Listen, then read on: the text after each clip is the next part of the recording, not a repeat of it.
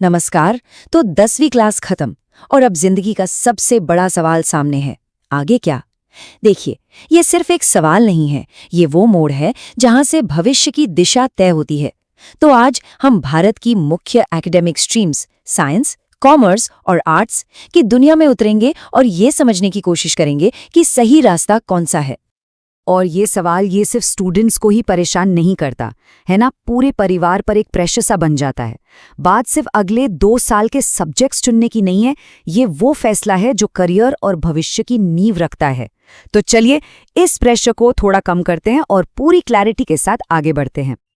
ये कोई छोटा मोटा डिसीजन नहीं है, सोच कर देखिए, ये एक फैसला करियर के अगले 40 साल की कहानी लिख सकता है। ये सिर्फ करियर को ही नहीं बल्कि लाइफस्टाइल और यहाँ तक कि हमारी खुशी को भी तय करता है। तो चलिए इस बड़ी पहेली को मिलकर सुलझाते हैं। चलिए सबसे पहले बात करते हैं सबसे पॉपुलर चॉइस की, साइंस। लेकिन रुकिए, साइंस का मतलब सिर्फ एक रास्ता नहीं है, इसके 2 बिल्कुल अलग दरवाजे हैं। एक है पीसीएम जो इंजीनियरिंग और टेक्नोलॉजी की दुनिया में ले जाता है, और दूसरा है पीसीबी जो मेडिसिन और लाइफ साइंसेस का रास्ता खोलता है। आइए इन दोनों को थोड़ा और करीब से देखते हैं। तो इन्हें समझने का एक बहुत ही आसान तरीका है। एक है बनाने वालों का रास्ता यानी बिल्डर्स पाथ, और दूसरा है ठीक करने वालों का रास्ता यानी हीलर्स पाथ। अगर ये जानने की उत्सुकता है कि चीज़ें कैसे काम करती हैं, प्रॉब्लम सॉल्व करना अच्छा लगता है और टेक्नोलॉजी बनाने का शौक है, तो पीसीएम सही रास्ता है। लेकिन अगर प्रेरणा जीवन को समझने, बीमारियों को ठीक करने और लोगों की मदद करने से मिलती है, तो पीसीबी आपका जुनून हो सकता है। अब देखिए पीसीएम की असली पावर, एआई और डेटा साइंस। ये भविष्य के सेक्टर्स हैं और यहाँ शुरुआती सैलरी 8 से 12 लाख तक जा सकती है। क्यों? क्योंकि ये लोग आज की डिजिटल दुनिया की सबसे बड़ी पजल सॉल्व कर रहे हैं। लेकिन हाँ, ये सब इतना आसान भी नहीं है। इसके लिए जेईई जैसे भारत के सबसे मुश्किल एग्जाम्स में से एक को क्रैक करना पड़ता है। हाँ, तो पीसीबी का रास्ता एक मैराथन जैसा है, कोई 100 मीटर की रेस नहीं। एक स्पेशलिस्ट डॉक्टर बनने में मान लीजिए 1 दशक से भी ज्यादा लग सकता है, पर सब्र का फल बहुत मीठा होता है। स्पेशलिस्ट डॉक्टर्स की सैलरी 90 लाख रुपए सालाना से भी ज्यादा हो सकती है, जो उन्हें देश के सबसे हाईएस्ट पेड प्रोफेशनल्स में से एक बनाती है। और इस मुकाम तक पहुंचने के लिए नीट का सुपर कॉम्पिटिटिव एग्जाम क्लियर करना होता है। तो कुल मिलाके साइंस का मैसेज एकदम क्लियर है, चाहे कुछ बनाना हो या किसी को बचाना हो, ये रास्ता बहुत ज्यादा डेडिकेशन और फोकस मांगता है। और कामयाबी की चाबी देश के कुछ सबसे कठिन एंट्रेंस एग्जाम्स को क्रैक करने में छिपी है। अच्छा, साइंस से आगे बढ़ते हैं और अब चलते हैं कॉमर्स की दुनिया में। अगर बिजनेस, पैसा, इकोनॉमी ये सब शब्द एक्साइट करते हैं, तो ये स्ट्रीम बिल्कुल सही जगह है। इसे पैसे का विज्ञान भी कह सकते हैं। ये समझना कि पैसा कैसे काम करता है, कैसे बढ़ता है और कैसे पूरी सोसाइटी को चलाता है। कॉमर्स के दुनिया का किंग कौन है? वो है सीए यानी चार्टर्ड अकाउंटेंसी।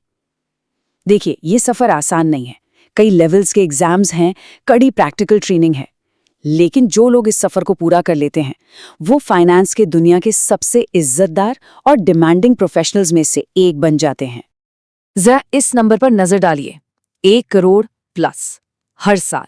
यह है कॉमर्स की दुनिया का टॉप लेवल। एक सीनियर इन्वेस्टमेंट बैंकर की सैलरी।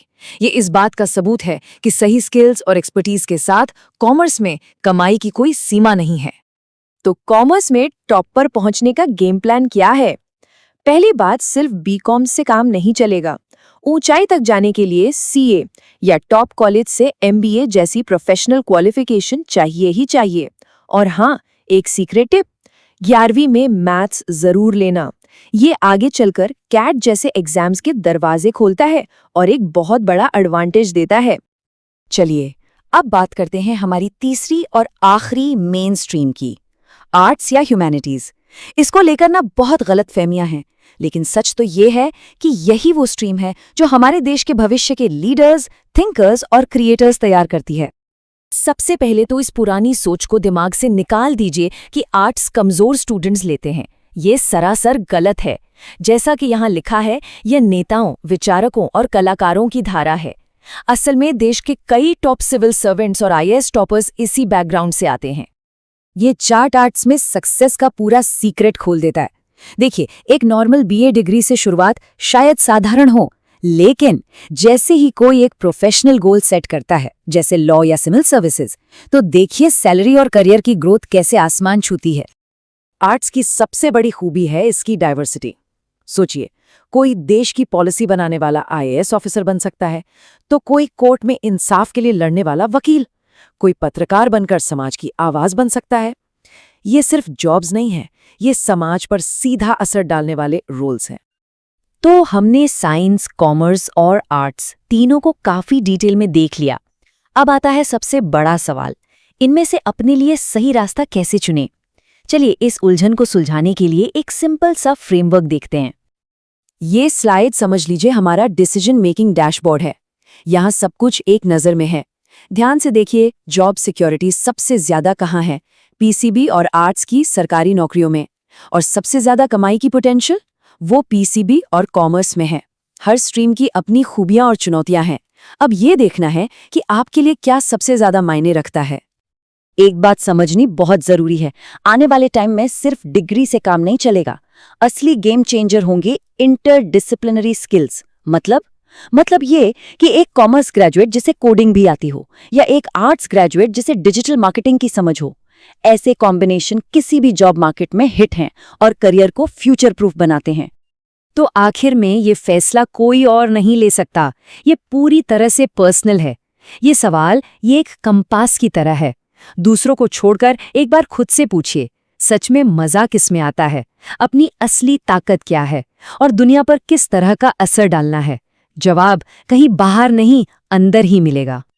तो चलिए इस बातचीत को एक आखिरी लेकिन सबसे जरूरी सवाल पर खत्म करते हैं। 1 मिनट के लिए बस सोचिए, आज से 10 साल बाद खुद को कहाँ देखते हैं? क्या एक लैब में कुछ नया बना रहे हैं, एक ऑफिस में बड़ी डील क्रैक कर रहे हैं, या एक अस्पताल में किसी की जान बचा रहे हैं? वो जो तस्वीर दिमाग में बन रही है ना, जो फीलिंग आ रही है, बस वही जवाब है, वही सही रास्ता है।